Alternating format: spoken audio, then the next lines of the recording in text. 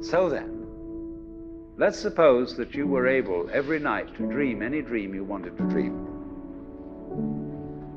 And that you could, for example, have the power within one night to dream 75 years of time, or any length of time you wanted to have.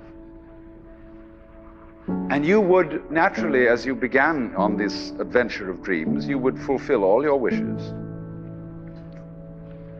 You would have every kind of pleasure you could conceive. And after several nights of 75 years of total pleasure each, you would say, well, that was pretty great. But now let's have a surprise. Let's have a dream which isn't under control. Well, something is going to happen to me that I don't know what it's going to be. And you would dig that and come out of that and say, wow, that was a close shave, wasn't it? And then you would get more and more adventurous, and you would make further and further out gambles as to what you would dream.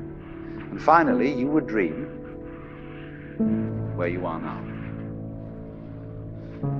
You would dream the dream of living the life that you are actually living today.